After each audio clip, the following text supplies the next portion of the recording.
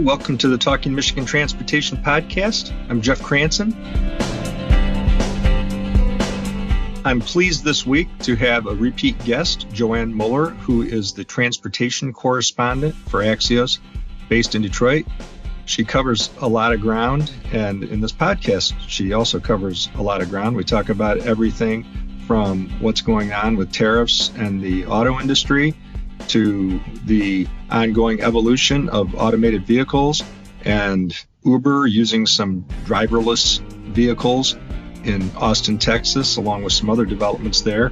And we'll also talk about new aircraft that Delta Airlines is working with a company to develop that they say could be at net zero emissions by 2050.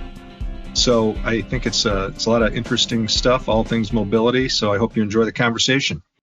So as promised, I'm here with Joanne Muller, who has made a couple of other appearances on the podcast. Always great to talk with her. She's, I think, one of the foremost authorities on transportation. She's the transportation correspondent for Axios, based in Detroit. And she's written a lot about various modes, mostly autos, but lots of other things too. So Joanne, thanks for coming back to the podcast. Well, thanks very much. I'm happy to be here. So let's talk first about, the hottest topic of the day, and that is tariffs and all the discussions and all the back and forth and the kind of yo-yo we're all on over this, and what you think it means to the auto industry now, and with your crystal ball, what you think it could mean in the future. Well, I wish I had a crystal ball because it sure is hard to figure out what's happening. It's funny. I'll write a story in the morning and then, by afternoon it's changed. And if I'm frustrated by those changes, you got to imagine what the automakers and auto suppliers are dealing with, right? And the upshot here is that they don't really know what's going to happen. And the president has said that he wants to see them move factories back from Canada or Mexico. He wants to see all the suppliers do their stuff in the U.S. But I think that instead, they can't just pick up and move this stuff on a dime. It takes a lot of capital, a lot of time to do that. And it's very disruptive to their business. And we're talking about billions of dollars disruptive. So nobody's going to be in a hurry to do that until they find out what the stable state of affairs is going to be. And what I'm seeing right now is, the car makers have been moving a lot of what they can, some inventory, whether it's parts or finished vehicles, into the U.S. As quickly as they can, so it would not be subject to these tariffs that have yet to be fully enacted. But the bigger problem here is that you're seeing basically sort of a freeze on strategic decisions. And that's not good for the industry either. These are global companies who are trying to stay, up to speed and stay competitive with these very fast rising Chinese car makers. And if they're sitting on the sideline waiting to make decisions, they're not, being as competitive as they can be. So I see a lot of, chaos and disruption and not a lot of progress here. So, we have to see how it shakes out. But for now, everybody's in a holding pattern. Well, how practical is it? I mean, if the idea here is to incentivize the automakers to, build their vehicles completely in the U.S., I mean, is that even practical anymore, given what's gone on with manufacturing elsewhere and the various supply chains and all the places that these things get put together? Yeah. Well, for the past, 10 years or so, especially the North American auto industry has become very integrated between the three countries. And we think of them as one market. And that's a result of a trade agreement that President Trump negotiated, right? So they kind of set it up thinking these were the rules, and now the rules are changing. Well, the problem is, you might be able to move stuff to the U.S., but the expertise might be in other countries, or the lower labor costs. Of course, that's a factor. That's why more stuff has been built in Mexico. You've got seats and wiring harnesses and things like that are made in Mexico. You could bring them back, but maybe, I think the tariffs have to get really, really high to justify a move that big. It still might be cheaper for them to leave things the way they are and just pass the higher costs on to consumers. So, on a somewhat related note, I'm not sure this is widely understood by people. Can you talk a little bit about the CHIPS Act and what it means to the industry? Well, yes. I mean, the CHIPS Act was an important piece of legislation to encourage, semiconductor production back in the U.S. And we've had some huge investments made in Ohio, Arizona, New York. These are all places where gigantic factories are going up. And now there's talk about, oh, maybe that was a terrible law. Maybe we shouldn't do that. Well, I think enough politicians in those states are going to demand that we keep those factories here. There's some subsidies for that, and that's why it's somewhat controversial. But the automakers got stuck without computer chips during the COVID pandemic when there were so many supply chain disruptions, and nobody wants to go through that again. And so, yeah. Yeah, I was just going to say, I just wondered because all this was happening at the same time, and there's discussion about EVs and EV mandates, which is actually an inaccurate term. But anyway, if people think these all go together and the chips are just related to EVs or something. Yeah, sure. It's interesting you mentioned EV mandates. Trump signed an executive order basically reversing an executive order that Biden had put in place saying, hey, we're going to try to get to 50% EVs by 2035, I believe the year was. But so you could say that's not really a mandate because half the cars would still be gasoline. But there is some very serious mandates coming at the state level.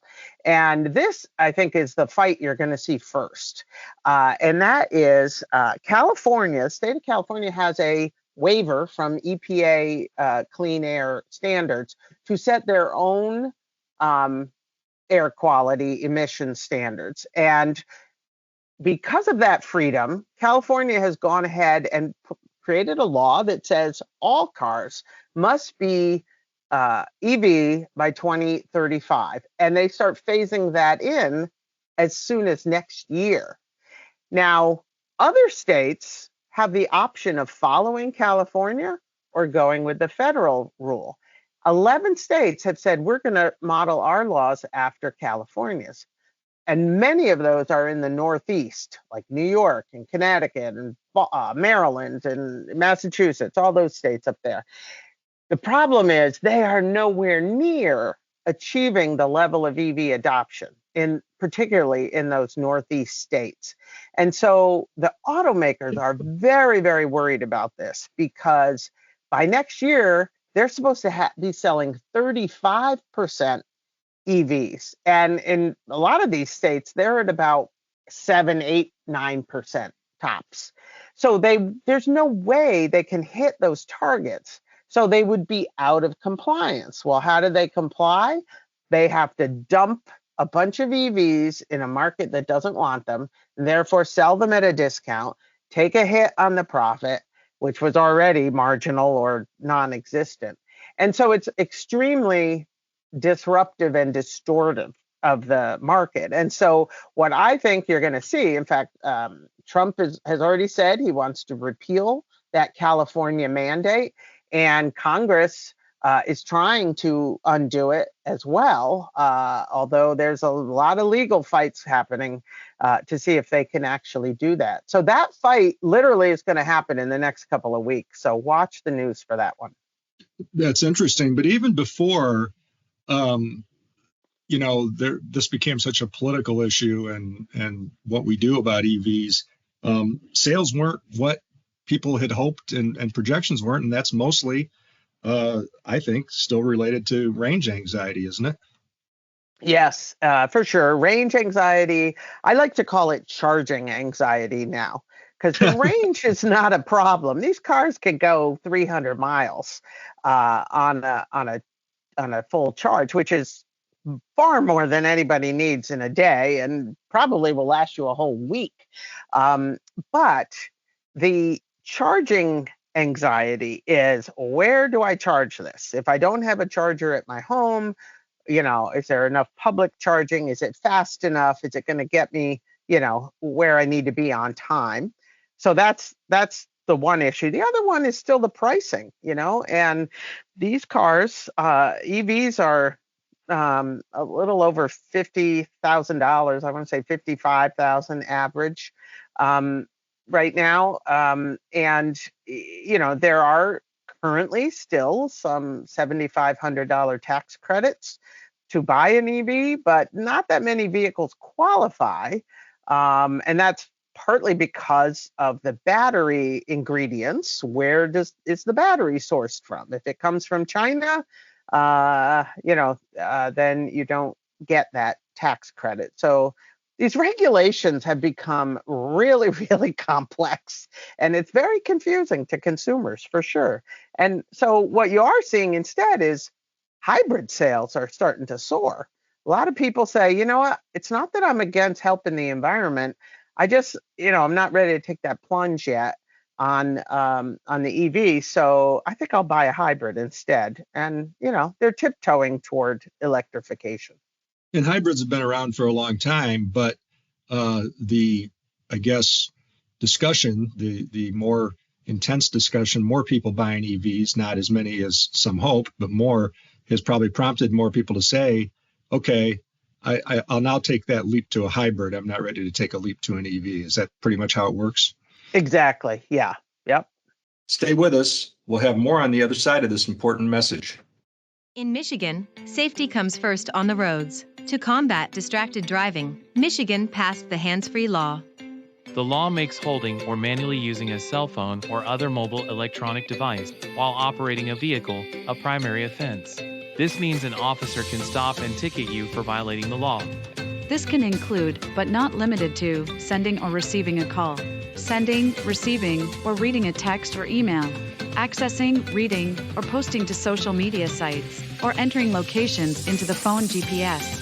With this law in place, drivers are encouraged to stay focused, keeping their hands on the wheel and their attention on the road.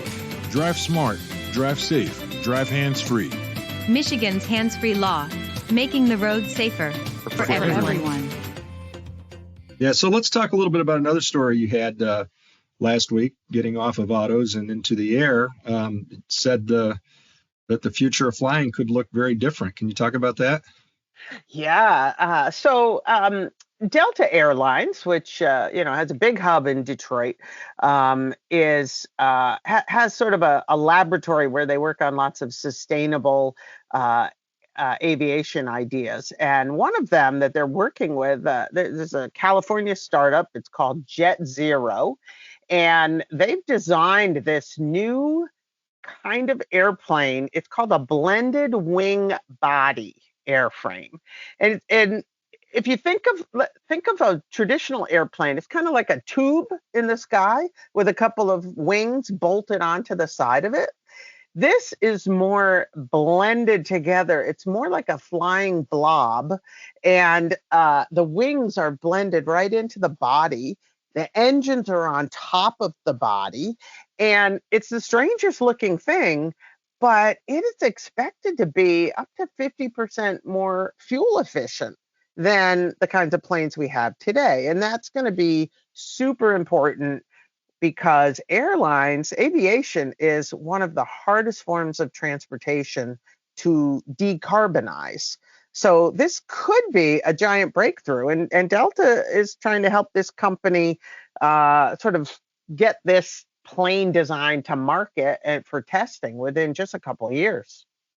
So I'm guessing that the designers for Jet Zero and folks at Delta probably don't refer to it as a flying blob. But in looking at it, it's hard to tell why it would be more aerodynamic. Well, you're right. I think it has something to do with the way the air flows across the whole body. I've been in a wind tunnel once or twice for the car makers, and it's very fascinating to see. They'll hold this smoke, like steam or whatever it is, across the body, and watch how it flows. And they can make tiny tweaks in the shape of a car to make the air flow across it more efficiently. And so I guess that's what they've done with this plane. I agree with you. When I look at the picture of it, I'm like, wow, that is very strange. It reminds me a little bit of like the stealth bomber, right? It's got that Right. kind of shape to it. Yes. Yes. That is what it looks like. Maybe a little more curvaceous. So you'll do more reporting on this as time goes on, but I mean, I don't know. Did you talk to anybody that was very skeptical about the idea that they could actually be at zero emissions by 2050? That is going to depend a lot on the development of sustainable aviation fuel, which is fuel that comes from, biomass like tree stumps and grass and farm stuff that, waste and all that. And the promise for sustainable aviation fuel is very promising. However, nobody's figured out how to make a lot of it uh enough that we could use, like right now it's a few percent of the amount of jet fuel is sustainable aviation fuel. So in other words, they have a very long way to go. 2050 is a long way off. They set these targets and they'll tweak them as they get closer. I think it's just to give them something to run toward. Whether they Yeah. get there or not, who knows? That makes sense. At this point, there's probably no harm in putting a goal out there, right? Right. So the last thing I want to talk to you about, and we could talk forever because you cover so many things that touch us all, because transportation touches us all. But it sounds like Uber is doing more with automated driving in Austin. Hmm. One of the things I've noticed because Michigan and our laws, allowing for actual operations on the roads, we're pretty cutting edge compared to what other states were doing. There's always confusion. There was early on when a driverless vehicle would be in a crash. You'd see that in the headlines and everybody would say, see, these are never going to work. And you wouldn't find out until later that the crash was almost always caused by the vehicle that had a driver. It wasn't caused by the computer. Yeah. So talk about that. Yeah. Well, there's been you should look at some YouTube videos. There have been some very interesting things where Uber, or not Uber, so Waymos in particular, Waymo vehicles have avoided stuff that a human might not have been able to react to. I saw one where there was a woman on a scooter who fell off her scooter right in front of a car, and the Waymo completely avoided hitting her. There's another one where there was a speeding car, 70 miles an hour, came through an intersection, and the Waymo was able to avoid it. So these are the good things that they should be out there showing more. But here's the thing: autonomous vehicle technology is actually here. And, Waymo has robo taxis. They're given 200,000 rides a week in driverless cars in San Francisco, Phoenix, and LA. Now they're starting to put them into Uber in their fleets in Austin and soon Atlanta. They're going to have them in Miami. These are, they're small fleets, but they're doing the job. And Waymo has had a remarkably good safety record so far, knock on wood. There are autonomous trucks are going to launch in Texas next month on the highway. There will be trucks rolling down the highway with no one in them. This is here. This technology is here. And I think we're just going to start to see more and more of it. I think for you and I, unless we're taking a robo taxi, we may not experience it. But in our personal cars, we're going to find more and more automation. You can drive on the highway now with your hands off the steering wheel in certain vehicles. It's coming that you will be able to actually take your eyes off the road and your hands off the wheel in the not too distant future. The technology exists. It's partly the regulations have to kind of decide, are we ready for this? And so I think it's coming. And that is how most of us will experience automation. It's going to gradually do more of the work in the car, and we will be able to relax a little bit.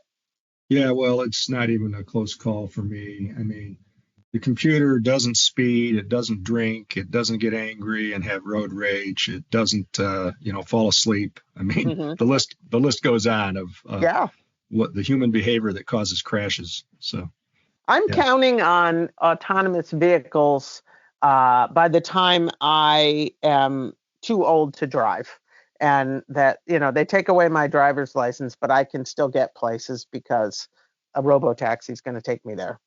Yeah, I agree. I'm completely with you. And that's the thing that should be the selling point in an aging population, right? Yeah, that right. If you want autonomy and mobility in your later years, this is how you'll have it. So, yes. Yeah. Well, Joanne, as always, I really appreciate it. You cover a lot of ground and, make us smarter. So I appreciate that. Thank you. Well, I would love to ask your readers to subscribe to a new newsletter that I'm launching at Axios next week on Wednesday. It's called Axios Future of Mobility. And you can sign up at axios.com, and it will come once a week, and it's going to cover all of these same issues. Yeah, I'm sorry I forgot to talk about that early on, but I will definitely include in the show notes. Wonderful. Thank you. I'd like to thank you once more for tuning in to Talking Michigan Transportation. You can find show notes and more on Apple Podcasts or Buzzsprout. I also want to acknowledge the talented people who help make this a reality each week, starting with Randy Debler, who skillfully edits the audio, Jesse Ball, who proofs the content, Courtney Bates, who posts the podcast to various platforms, and Jackie Salinas, who transcribes the audio to make it accessible to all.